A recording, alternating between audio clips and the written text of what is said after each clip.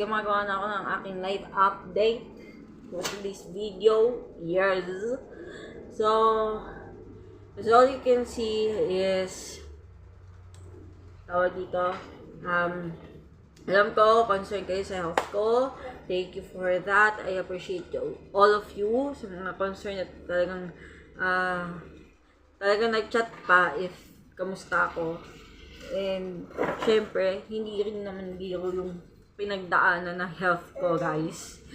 And, kaya ba ako naglagnat?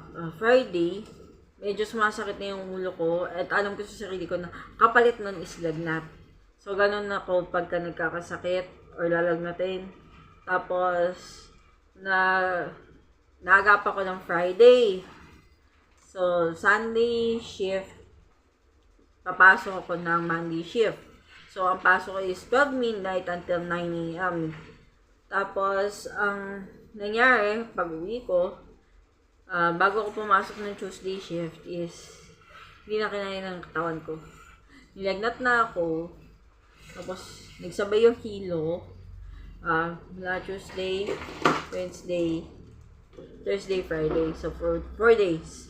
4 days, ganon.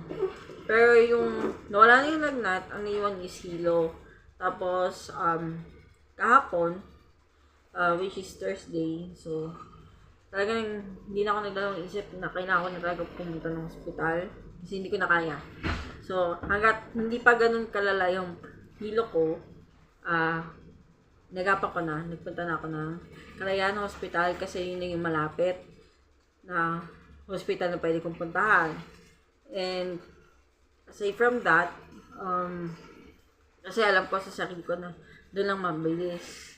At saka alam ko sa sarili ko hindi rin ako abutin ng siyempre doon. Same din naman sa Southern Tagalog, no? No, not against, with different public hospital. Pero kasi, yun lang yung way ko. Sakali na ma-short budget ako, may options lang ako. Kumbaga, sa Southern kasi, ang doon, malapit kami kay Malasakit, then mababawasan na siya ng 70%, tapos parang may iwan sa akin is 20%, parang ganon. Tapos magbabayad ka pa rin, medyo pricey pa din siya, kasi nung last year, nirashot din ako sa ER, gawa ng high blood ako, may kasama na siyang pamamanhid, which is very alarming. Last year yun, bago pa yung mag-New Year. And talagang hindi rin biro yung pinagdaanan ko sa Southern. Ang gusto pa nga nila is parang pag hindi pa rin bumaba or nagtuloy pa rin yung numbness, diretso confine na ako kasi para hindi na siya umabot sa point na magkaroon pa ako ng mild stroke, which is yun yung pwede mag-cause yun yung numbness kasi nung mukha ko last year, nag-start dito sa right from left. Yanon siya. Tapos minsan left to right yung numbness niya. So very alarming. And after nun, after akong bigyan ng medication, medyo parang kailangan ko pa magpahinga. So, maigi yun, that time, wala kami pasok sa work. Kasi trainees pa lang kami. So, ang balik namin is after New Year na. And, ngayon lang ulit ako, hinay blood ng ganun kataas. Na 166. Tapos, from 166, naging 162. After 162, bumaba pa siya na 132. I guess, mga ganun. Tapos, kinagandaan doon is pinagpahinga muna ako sa ER after ng check-up ko. Ang sabi sa akin ni Doc is, yung high blood ko ngayon is uncontrollable. Kahit na mag-intake ako ng maintenance, meron pa din time na tataas pa yung BP ko. So, kailangan,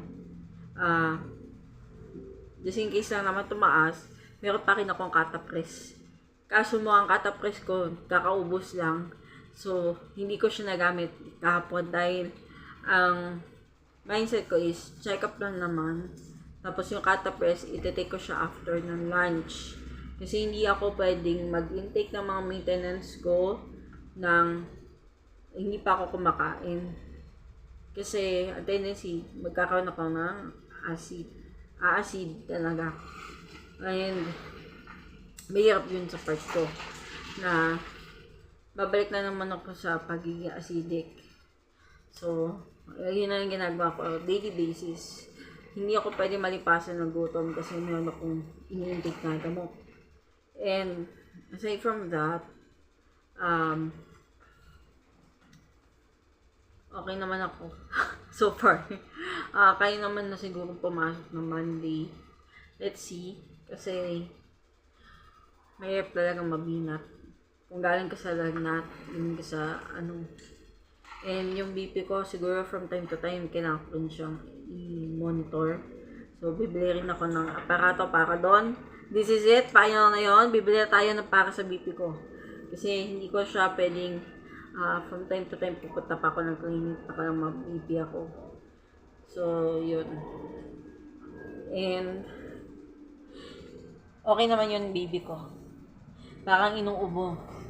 So, kailangan ko ding agapan. Bibili ako siya ng gamot niya, which is yung nakahiyangan niya is yung Ambroxol. Pag inuubo ako, akala ko allergy lang, hindi makuha sa cetirizine, so nag-Ambroxol na ako. So, ganun din yung bibi ko. Nag-Ambroxol din siya. And at the same time, pag may sipon siya, cetirizine ko na din, parang sa kuya niya. Kasi feeling ko, may allergy rhinitis din siya. Kaya linis din ako ng linis dito sa bahay. Map din ako ng map. Lalo na pagka may spare time ako or pag galing akong office. Bago ko siya din sa ninang ko, linis na rin ako dito. So, yun lang yung masashare ko sa inyo guys. And health is wealth. And sana ingatan nyo lagi sarili nyo. And huwag kayong tumulala sa akin na pasaway. Yun lang guys. Thank you so much sa concern at saka mga nakamiss sa akin. Yun lang. Thank you.